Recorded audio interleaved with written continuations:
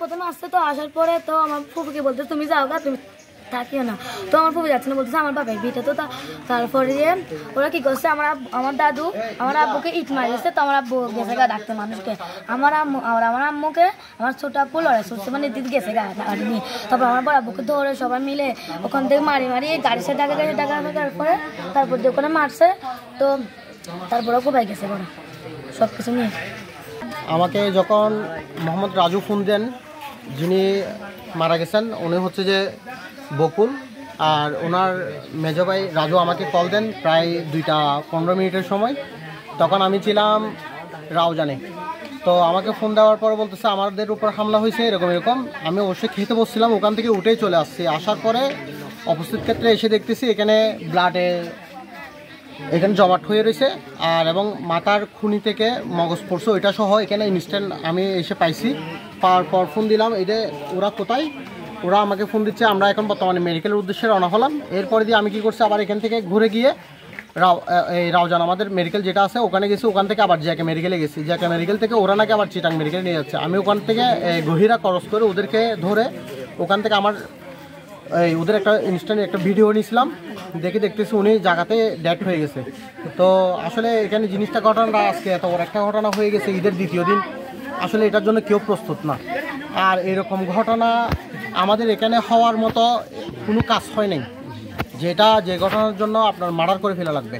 তো আমরা সবাই এলাকাবাসী এই জিনিসটাই চাইব, যে প্রকৃত দোষী তার সুস্থভাবে তাদের অনন্তভাবে দৃষ্টান্তমূলক শাস্তি চাই, এবং আমাদের কর্তৃপক্ষ এবং আমাদের সমাজ প্রতিনিধি এবং আমাদের সমাজের অন্যান্য এলাকাবাসী যারা আছে সবাই যাতে সজাগ থাকে এই জিনিসটার জন্য।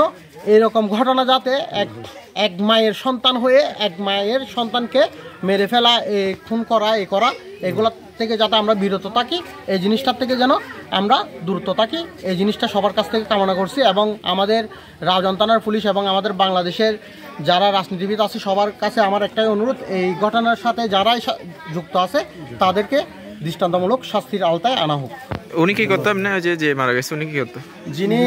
যিনি মারা গেছে উনি হচ্ছে প্রকৌশলী ইঞ্জিনিয়ার। ওনার এই গাড়িটা হচ্ছে ওনার এই এলাকায় অনেক কিছু অবদান আছে। মানে ঝগড়া চলের, কেস চলের, তারপর থানার মধ্যেও কেস আছে। এখন পুরো তো মামলা চলে। এখন এরপরে তিন সমাধান করে বাড়িতে আসছি।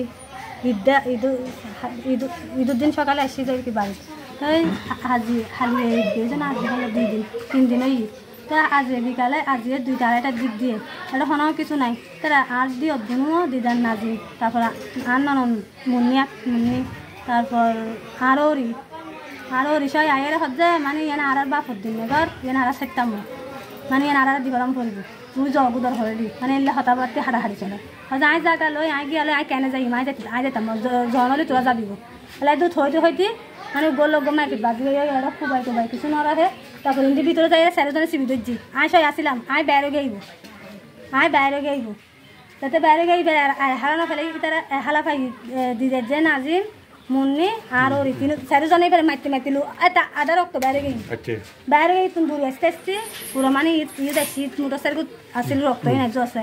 তো এর দুধ গতি ও ইউজ যাই পুরো মানে যতক্ষণ বলে আই তো মানুষ দেখতাম গিয়ে যাই নোয়াছিলাম আর মেয়ে পদে যতক্ষণ বলে মানে রু ন যায় এতক্ষণ মাইজি বলে এতক্ষণ রু যতক্ষণ আসলে এতক্ষণ মাইজি মারা গিয়ে দিব অনর কি আর বাসুর মানে মা তো জড়িত আছে। মা মেন মা আরো হচ্ছে মারি ফেলা আগে থাকতে প্রস্তুত লইছে। হ্যাঁ আগে থাকতে প্রস্তুত গই। এখন ইতারা কি এডা আছিল নাকি তার মারতেছে? ইতারা বাইরে আছিল। ইতারা পরিকল্পনা করি আসছে। একজনের দামা ওই বিদেশি দামা হদিন আছে যে একজন হাতত তিন আছিল, একজনের হাতত বাঁশ আছিল, একজনের হাতত লোহা আছিল, আর একজনের হাতত লরি আছিল। আর নননে বাড়ি আছে ইন্দি বাড়ি আর তা হিন্দি হাসে। ইতারা সহতা হেইও বাইতে মানে দুধ আয়ের এড়ে মানে ইবা আছে না আছে খবর লর ভিতরে মানুষ ফাটাই খবর লর যাতে আসছি দেখি। এখন তো দুপুরের সময় এখন কেউই নাই মানুষ, এই সুযোগ আসছি যে ফুয়াশা হাজার মারা গিয়ে দেবে ফুয়াশা না আছে যে সব যাত্রা ঠিক আছে।